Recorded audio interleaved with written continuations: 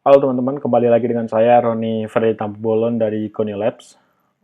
Pada sesi sebelumnya kita telah membahas mengenai bagaimana cara menemukan ide, kemudian memvalidasi ide untuk startup, dan pada sesi kali ini kita akan lebih membahas tentang uh, action ataupun bagaimana cara mengubah ide tersebut menjadi sesuatu yang real untuk startup kita.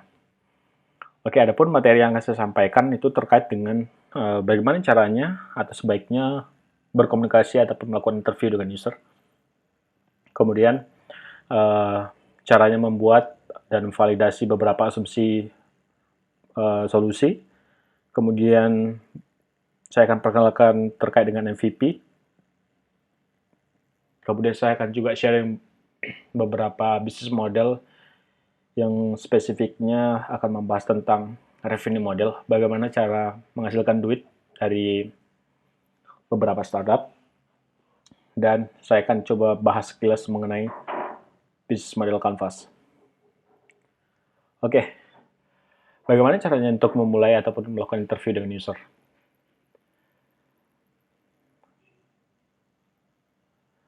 Kita ambil contoh bahwa kemarin ide kita setelah kita validasi, kita tertarik untuk menyelesaikan masalah yang terjadi di Toba, terkhusus pada domain petani. Di sini saya berjudul I'm planning on starting a startup, dan saya ingin membantu petani di Toba terkhusus untuk men-scale ataupun meningkatkan revenue mereka dari hasil pertanian mereka. Nah, pertama yang harus kita lakukan adalah sama siapa kita akan berkomunikasi, siapa sih sebenarnya customer kita, apakah customer kita itu petani, apakah customer kita itu adalah students, artinya adalah anak-anak dari petani, yang pastinya tidak ya, karena dia tidak akan involve secara langsung ke dalam bisnis tersebut. Apakah customer kita itu adalah distributor? Kemungkinan iya, karena distributor tersebutlah yang mungkin nanti menjadi uh,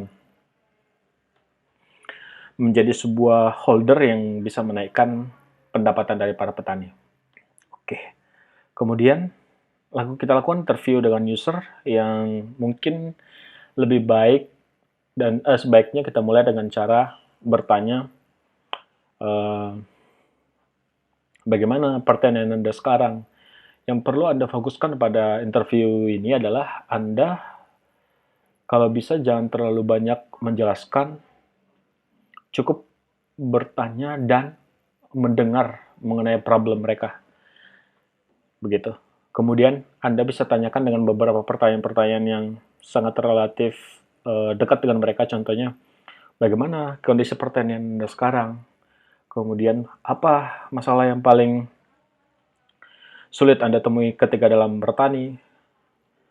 Kemudian, berapa sering masalah yang sering muncul di hadapan Bapak, gitu ya. Kemudian, apakah Bapak sudah temukan solusinya untuk masalah pertanian yang Bapak kan sebutkan tadi?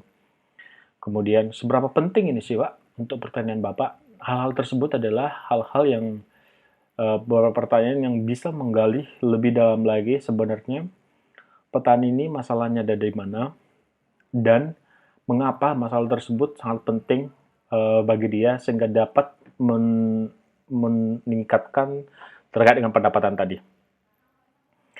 Dan teman-teman, Anda harus menjawab pertanyaan terkait dengan ketika berbicara interview dengan user, dengan customer, jauhi pertanyaan yang menjelaskan tentang produk Anda. Contohnya, Pak, permisi, saya ingin membawakan sebuah solusi untuk pertanian segala macam gitu.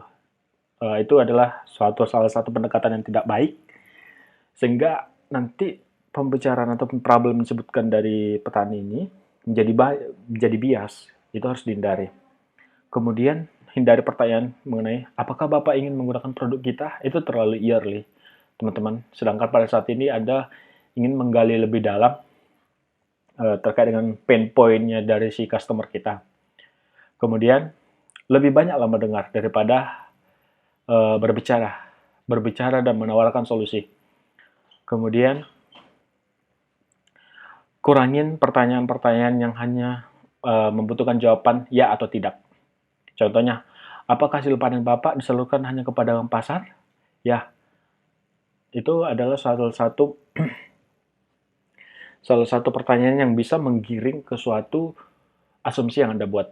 Nah, pada saat ini Anda tidak seharusnya menyiapkan beberapa pertanyaan yang seperti tadi di fase interview dengan user. Itu akan kita lakukan pada fase selanjutnya. Oke, kemudian apa langkah kita selanjutnya? Setelah melakukan interview teman-teman kepada para petani tadi, kita kemudian dapat meringkas ataupun mendefinisikan beberapa poin yang hasil interview tadi, mencatatnya, kemudian melakukan kesimpulan. Melakukan kesimpulan, mungkin dari hasil interview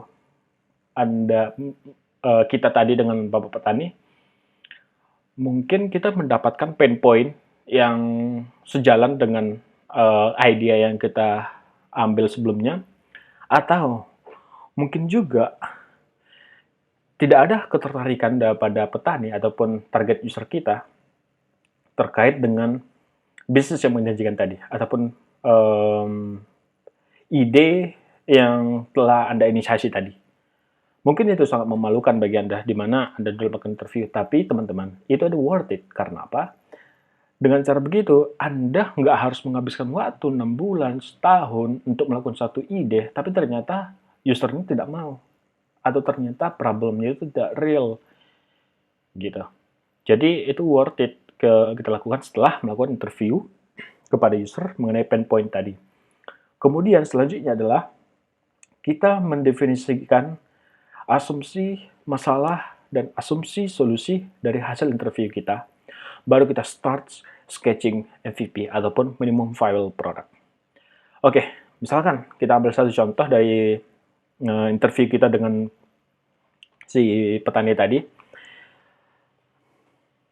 Kita akhirnya menyimpulkan bahwa bahwa kita tertarik untuk bahwa kita memutuskan untuk nge-build produk untuk membantu si petani tadi mendistribusikan hasil pertanian mereka sebelum hasil tani dilakukan. Karena mungkin dari hasil interview tadi menyatakan bahwa ketika sudah melakukan panen, ternyata jumlah produk yang akan didistribusikan, misalkan ditempatkan di pasar A, di pasar B, itu demand-nya sedikit. Kemudian kita menyusun asumsi atau menyusun hipotesis bahwa seharusnya di aplikasi nanti atau di produk nanti ada sebuah order management. Contohnya hipotesa kita. Kemudian connecting ke email.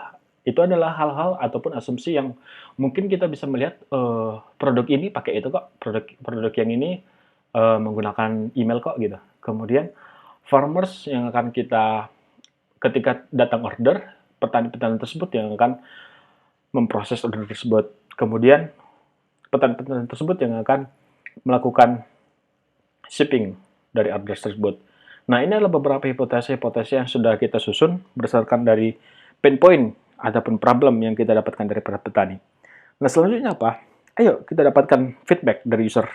Kembali ke user, tanyakan lagi.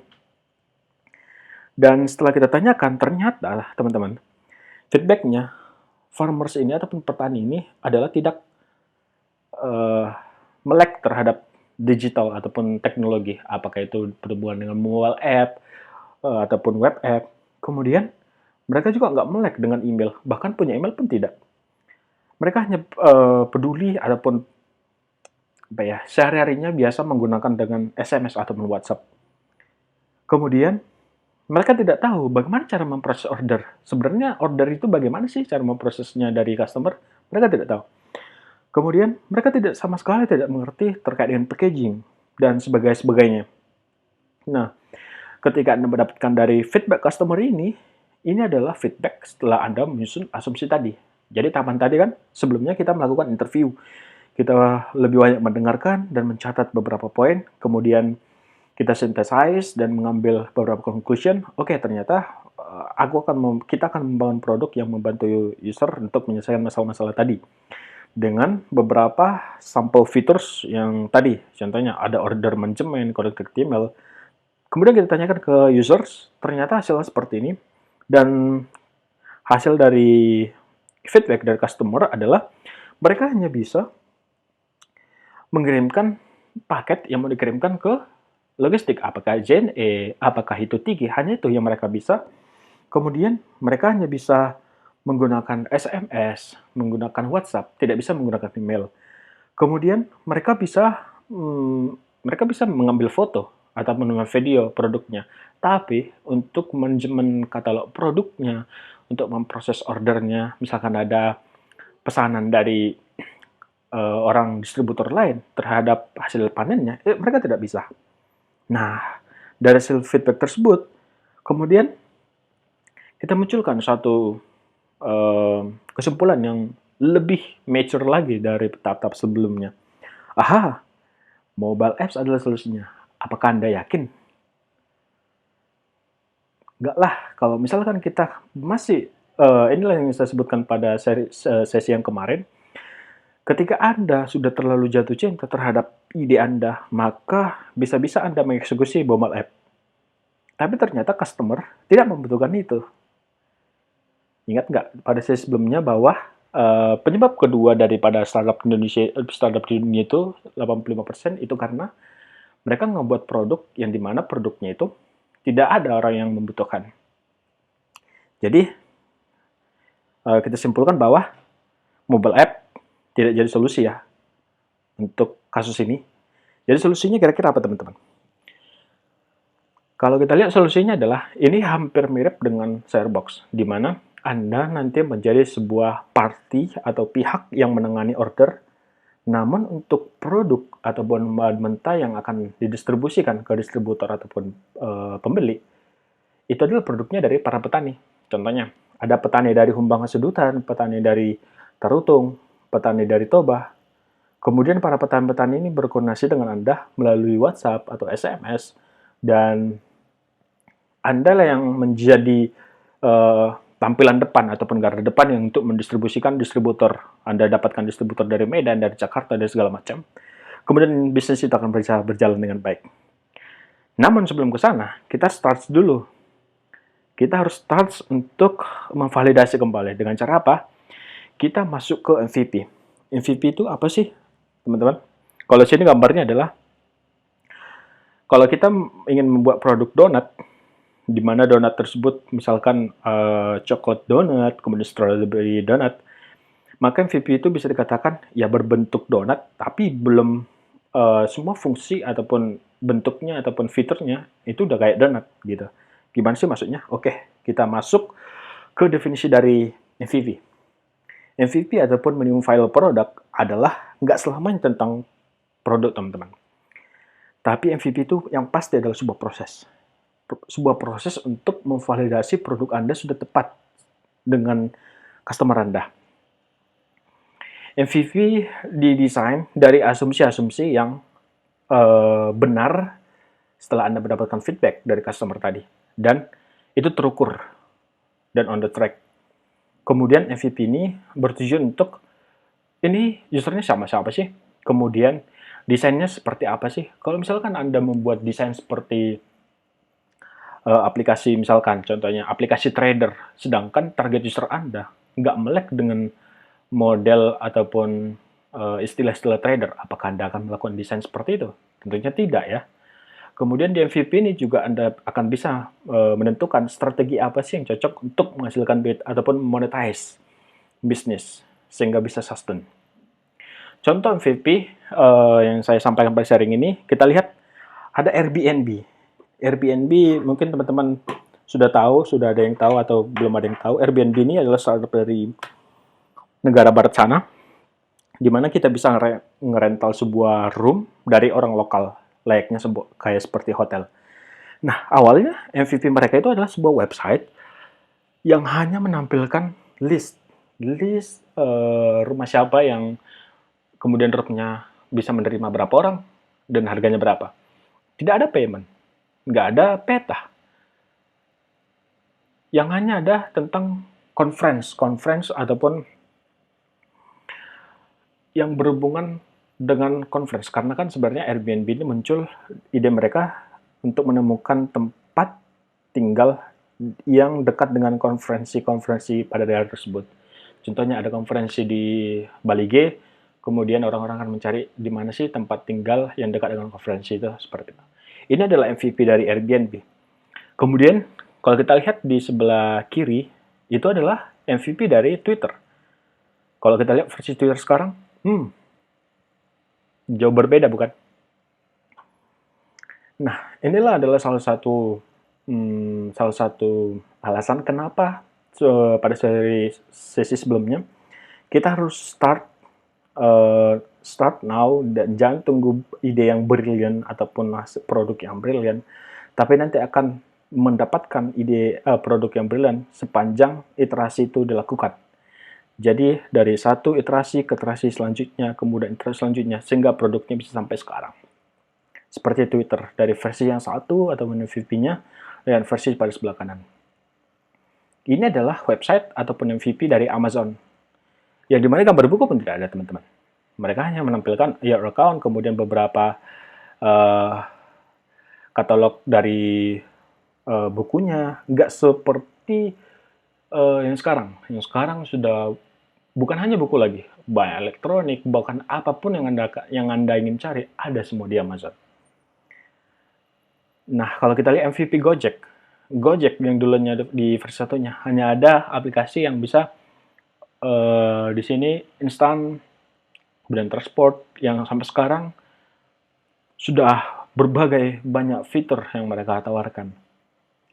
Nah, artinya dari MVP ini adalah beberapa tahapan ataupun proses yang dimana Anda validasi asumsi-asumsi, kemudian dapatkan feedback dari customer, kemudian luncurkan dan dapatkan feedbacknya dari customer apakah ini sesuai ataupun sasaran tepat dengan calon customer kita. Percayalah teman-teman, jika teman-teman nanti di sini ketika nge-build startup, kemudian produknya dulu disempurnakan, maka bisa dikatakan, dan juga ini berdasarkan data dari CB Insights, bahwa kemungkinan besar startup Anda akan gagal. Karena apa? Pasti Anda akan kehabisan nafas, kehabisan duit, yang hanya monoton ataupun fokus kepada produk, get produk, tanpa memvalidasi sebenarnya apa sih kemauan users. Oke, Anda berasumsi bahwa produk Anda sudah bagus 2 tahun. Anda coding, kemudian melakukan aplikasi ini, fiturnya canggih-canggih. Tapi ternyata ketika ditawarkan sama si customer Anda nggak mau. Percayalah, Anda bukan Steve Jobs. Launching lah itu beberapa kali. Launching itu adalah bukan masalah kita launching. Oke, itu adalah definisi launching. Tapi definisi launching dalam startup adalah launching beberapa kali. Sampai sampai customer kita bosan pun nggak menjadi masalah. Launching beberapa kali, ada fitur baru, launching. Seperti itu. Nah, kemudian ini adalah beberapa tools yang bisa teman-teman gunakan untuk nge-create MVP atau minimum viable product, ataupun bisa dibilang sebenarnya bukan sepenuhnya produk, tapi adalah proses. Seperti contoh Google Forms. Contohnya misalkan ada satu startup yang ingin melakukan bisnis, yaitu mempermudah orang transfer duit dari dalam negeri ke luar negeri. Mereka menggunakan apa untuk MVP-nya? Mereka menggunakan Google Forms. Ada yang ngisi form tersebut, mau berapa rupiah yang ditransfer dari Indonesia ke mata uang yang lain, seperti itu, per sterling atau yang lain, bisa juga menggunakan Google Forms. Kemudian ada Airtable, bisa nanti teman-teman searching, googling di sana. Ada Figma untuk ngebuat prototype, apakah itu website ataupun mobile app. Ada Notion app ini bisa dikatakan no-code platform. Webflow, seperti screenshot di sini, ada gambar. Jadi, Anda bisa membuat sebuah website tanpa melakukan coding di Webflow. Kemudian ada beberapa platform lainnya yang low-code dan no-code platform. Low-code platform ini adalah Anda dapat menghasilkan suatu aplikasi dengan sentuhan coding dikit gitu, coding sedikit saja. Bisa dikatakan hanya untuk mendefinisikan flow dan kemudian Anda coding sedikit. Kalau berbeda dengan yang no-code platform ini sama sekali tidak ada code yang harus Anda tuliskan untuk bisa menghasilkan aplikasi. Kebanyakan orang berpikir bahwa fase dalam menghasilkan produk itu adalah pertama idea, kemudian proof of concept, kemudian hasilnya ataupun produknya langsung jadi. Tapi teman-teman, itu nggak semudah itu cara menghasilkan produk. Kenyataannya adalah pasti akan ada beberapa, apakah itu 2 atau lebih iterasi yang harus Anda jalanin untuk bisa menghasilkan bahwa produk Anda sudah mature ataupun stable. Ini adalah tahapan yang dinamakan dengan validasi produk. Mungkin Anda pertama dapatkan ide, kemudian Anda melakukan interview ke users, kemudian get feedback dengan asumsi yang Anda susun, kemudian Anda melakukan MVP, ternyata tidak cocok, lakukan lagi, ternyata tidak cocok. Bahkan bisa dikatakan yang Anda definisikan di awal, misalkan saya ingin membuat X, kemungkinan setelah melakukan MVP, melakukan validasi, ataupun interview kembali, dapatkan feedback dari users, yang Anda akan bangun adalah bukan X, tapi Y. Dan kembali lagi, Anda ngebangun produk untuk siapa? Untuk diri Anda atau diri customers? Pastinya untuk customers dong, karena customers Anda lah yang akan membayar atau membayar produk Anda sehingga Anda dapat bertahan hidup, bisnis Anda dapat bertahan. Atau bahkan bisa growth lagi melalui funding stage A, series A, series B, sampai IPO. Nah, di sini yang katakan atau pentingnya seperti sesi saya sebelumnya, fail fast, grow fast. Segeralah fail dengan asumsi yang Anda tentukan untuk bisa move to another assumption. Sehingga dengan seperti itu, ketika Anda bisa menghemat waktu, itu akan lebih baik untuk pertumbuhan startup Anda. Kemudian, teman-teman, bagaimana dengan revenue? Ketika kita bisa menghasilkan produk kita sudah mature ataupun stable, terus gimana dong cara ngasilin duitnya? Nah, beberapa review model dari bisnis model yang akan coba saya kilas di sini ada marketplace. Marketplace ini dari mana mendapatkan duit dari sana adalah transaction fee ataupun fee transaksi antara buyers pembeli dengan penjual. Contohnya Gojek, Tokopedia, Lazada. Kemudian yang kedua ada freemium. Freemium ini seperti kita kasih dulu free sama customers, kemudian ketika customers itu menginginkan fitur-fitur yang lebih advance, maka mereka harus bayar, seperti Figma, Canva, dan lain-lain. Kemudian ada yang ketiga, subscription. Subscription ini mungkin sudah hal yang tidak asing lagi untuk teman-teman, di mana seperti Spotify, ketika Anda bisa mendengarkan musik tanpa iklan, Anda subscribe. Kemudian ada Medium yang bisa unlimited membaca semua artikel-artikel yang ada, seperti itu. Kemudian ada reseller. Reseller ini adalah ngambil komisi ataupun keuntungan dari per transaction. Transaksi di mana misalkan produknya A adalah 10.000, kemudian Anda bisa menghasilkan ataupun menjual dengan harga 15.000, maka 5.000 tersebut adalah menjadi duit yang akan masuk ke bisnis Anda. Kemudian yang selanjutnya ada e-commerce. E-commerce ini adalah Anda mengambil profit dari setiap produk yang dijual. Contohnya, Anda membuat sebuah website ataupun platform di mana menjual produk-produk ulos, contohnya ulos. Dan ulos tersebut adalah ulos yang memang Anda produksi. Ada pabrik Anda yang memproduksi ulos tersebut. Maka hasil penjualan dari ulos tersebut itu akan masuk ke revenue untuk bisnis Anda. Kemudian transactional itu adalah sebuah fee atau bisa dibayarkan per transaksi. Misalkan di sini Sendit dan Bitrans. Sendit itu sebuah payment gateway. Anda menggunakan Sendit, kemudian eh, customer Anda melakukan pembayaran melalui digital, melalui Sendit, dan pembayaran tersebut akan diteruskan ke bisnis Anda, contohnya ke distributor A. Maka setiap transaksi yang terjadi antara buyer sama customers dengan payment gateway yang mereka berikan, mereka ngambil fee dari sana. Itu adalah bisnis model mereka. Kemudian advertising ataupun iklan. Ini mungkin sudah hal yang sangat general bisa teman-teman lihat. Seperti Facebook, Instagram, seperti itu. Kemudian pay per use. Ketika Anda menggunakan sesuai dengan kebutuhan Anda. Seperti AWS, Amazon Web Service, Google Cloud, dan lain-lain. Kemudian ada affiliate ataupun afiliasi. Seperti Tokopedia affiliate ataupun Shopee affiliate.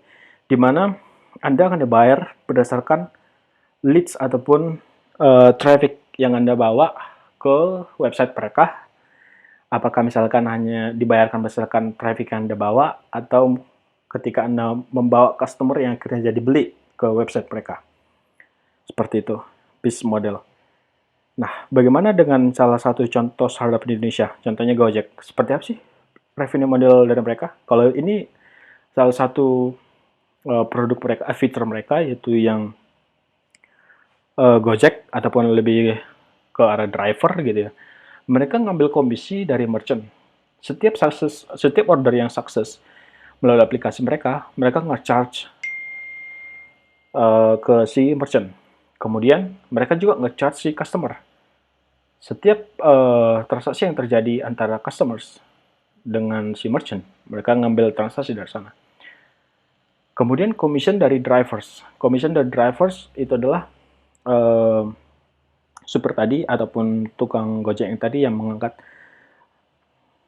apakah itu food, apakah itu penumpang, mereka ngambil komisi dari sana.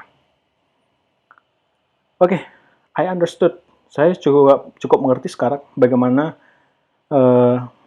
review model yang ada di yang pada beberapa startup. Nah, kalau kita kembali lagi ke studi case yang tadi tentang farmers, bagaimana sih cocoknya revenue model yang akan kita terapkan? Revenue model yang mungkin akan cocok untuk kita terapkan pada case study adalah e-commerce. Kita mengambil profit setiap produk yang terjual. Kan tadi jadi solusinya adalah kita ingin membuat sebuah wadah di depan seperti Sharebox, kalau misalkan teman-teman tahu Sharebox, yang akan berhadapan langsung dengan customers ataupun calon pembeli. Tapi produknya itu adalah produk bukan yang dihasilkan oleh Sharebox, tapi dari farmers tadi. Oke. Kemudian kita akan bahas sedikit teman-teman mengenai Business Canvas. Business Canvas ini adalah sebuah strategic management tool atau tools yang digunakan para manajemen untuk bisa memetakan terkait dengan bisnis model mereka. Kita langsung aja ke beberapa poinnya. Ada key partners, key activities, key resources, value, proposition, customer relationship, channels, customers, cost, dan revenues. Oke, kita ngambil satu contoh kasus saja. Apa sih yang dimaksud dengan value proposition, cost, dan revenue segala macam? Kita ambil satu contoh bisnis model untuk food ordering. Apa yang menjadi key resources-nya? Apa yang menjadi kunci utama dari bisnis dari food ordering ini? Key resources-nya adalah mereka memiliki daftar restoran yang cukup banyak. Teknologinya cukup powerful untuk bisa mendeliver value tadi, bisa mendeliver informasi kepada si pelanggan. Kemudian ada orang yang ready untuk bisa mendeliver makanan tadi. Kan ini adalah sebuah bisnis yang untuk food ordering. Kemudian value proposition business model ini apa dari mereka ini? Customersnya bisa order makanan secara online, kemudian bisa memberikan rating dan review, kemudian bisa nge-browse menu dari banyak restoran, kemudian bisa nge-track order mereka sudah ada di mana, kemudian bisa bayar secara online. Nah, kalau value yang kita tawarkan sama restoran apa? restoran akan bisa dapat customer, bisa memperluas customernya. Restoran akan mendapat sebuah platform online untuk bisa melayani customersnya. Kemudian bisa bisa mengangkat restoran-restoran yang kecil menjadi berkembang lebih banyak lagi. Kemudian untuk kurir, apa value proposition untuk mereka? Itu adalah menjadi salah satu sumber pendapatan baru bagi kurir, additional source of money. Kemudian waktunya tidak terikat, tapi waktunya sangat fleksibel. Dan bahkan si kurir ini bisa mendapatkan tips dari pembeli. Nah, key activities-nya apa? Key activities-nya adalah apa sih aktivitas-aktivitas yang menjadi utama dalam bisnis model ini? Adalah pastinya order secara online. Kemudian meng-hiring si kurirnya pasti. Kemudian gimana caranya mengelola logistik untuk mendeliver produk dari restoran A ke customers per masing-masing transaction.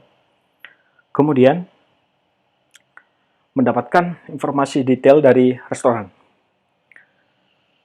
Nah, bagaimana caranya membangun relationship dengan customers? Tapi sebelumnya kita lihat dulu segmennya ataupun customer pelanggannya atau customer pelanggannya. Customer segmennya siapa sih? Ataupun user ini sebenarnya siapa sih yang bakalan memberikan duit ke mereka, ke bisnis ini? Yang pertama adalah pembeli. Kenapa pembeli itu menjadi customer segment di sini? Karena kita lihat bahwa behavior dari pembeli tersebut adalah pastinya adalah orang-orang yang tidak mau memasak ataupun lagi malas masak. Kemudian orang-orang yang pengennya makan dari luar. Kemudian orang-orang yang mau makanannya itu langsung diantar di depan, tanpa harus kita pergi ke restoran, nunggu, kemudian balik lagi ke rumah, baru makan, seperti itu. Kemudian orang-orang yang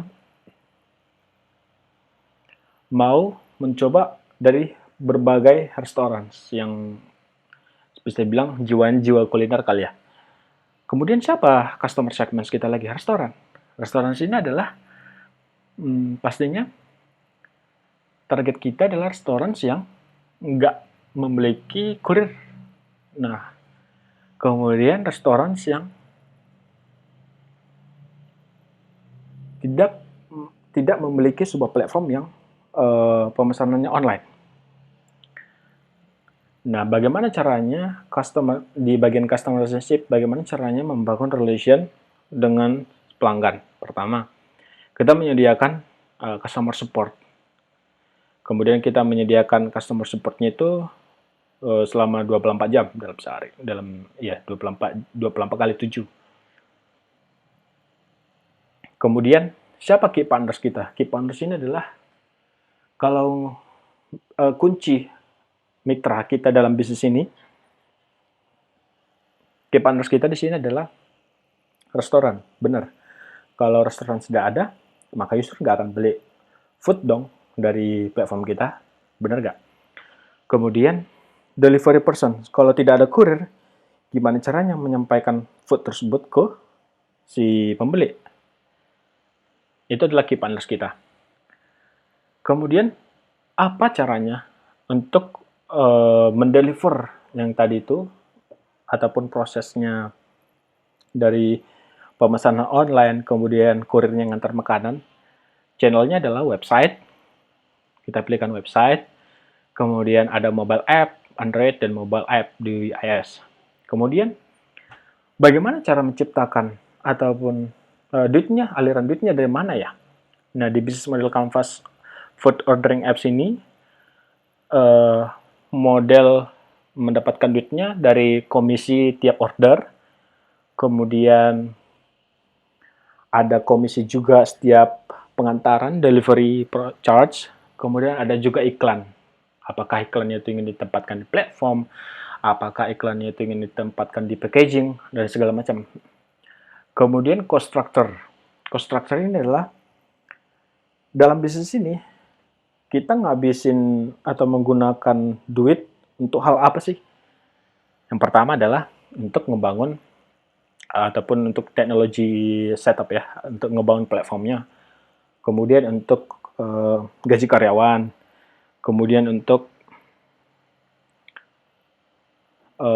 apakah itu misalkan ada seragam untuk si delivery man ataupun ya delivery man atau yang lain segala atau yang lainnya. Itu adalah beberapa cost structure yang ataupun struktur duit yang dibutuhkan untuk bisa membiayai sehingga bisnis ini bisa jalan. Begitulah kira-kira mengenai bisnis model Canvas ini. Apakah Anda sudah dapat ide how to build startup-nya? Kemarin kita sudah bahas mengenai bagaimana cara ngambil ide, kemudian bagaimana cara validasi, kemudian bagaimana cara call to customers, kemudian bagaimana cara ngasilin duit. Apakah Anda sudah ready? Seperti apa sebenarnya journey dari startup? Startup itu adalah sebuah proses yang pasti akan iterasi terus-menerus. Kalau kita lihat di kurva ini mostly true, karena di sana bahkan pada titik terendah dari bisnis Anda yang bisa dikatakan Anda hanya memiliki 10.000 uang cash yang untuk bisnis Anda, itu mungkin saja terjadi. Tapi ketika Anda bisa disiplin untuk menerapkan iterasi dan fokus kepada problem dan fokus kepada customers yang akan ngebayar Anda, ada satu titik nanti di mana Anda bisa dapatkan satu titik yang cukup menjanjikan. Kemudian Anda bisa dapat investment, dan bisnis Anda bisa growth. Seperti itu. Karena pada dasarnya, sebuah startup yang sukses itu adalah great idea. Great idea itu adalah initial good idea dengan market yang gede, kemudian great team, great product, great execution, dan keep innovating. Seperti pada mata kuliah kita kali ini adalah inovasi digital. Jadi, teman-teman, jika Anda sekarang sudah mempunyai satu niat untuk membangun startup pada suatu hari nanti, maka mulailah sekarang. Fail fast, grow fast. Anda akan bisa menumbuhkan rasa percaya diri, kemudian menumbuhkan knowledge yang bakalan Anda butuhkan nanti ketika sudah ready, di mana beberapa kegagalan-kegagalan tersebut tidak akan terulang kembali nantinya ketika Anda secara full time untuk membangun startup. Thank you teman-teman, mungkin itu adalah beberapa materi yang ingin saya sampaikan di inovasi digital ini. Terima kasih.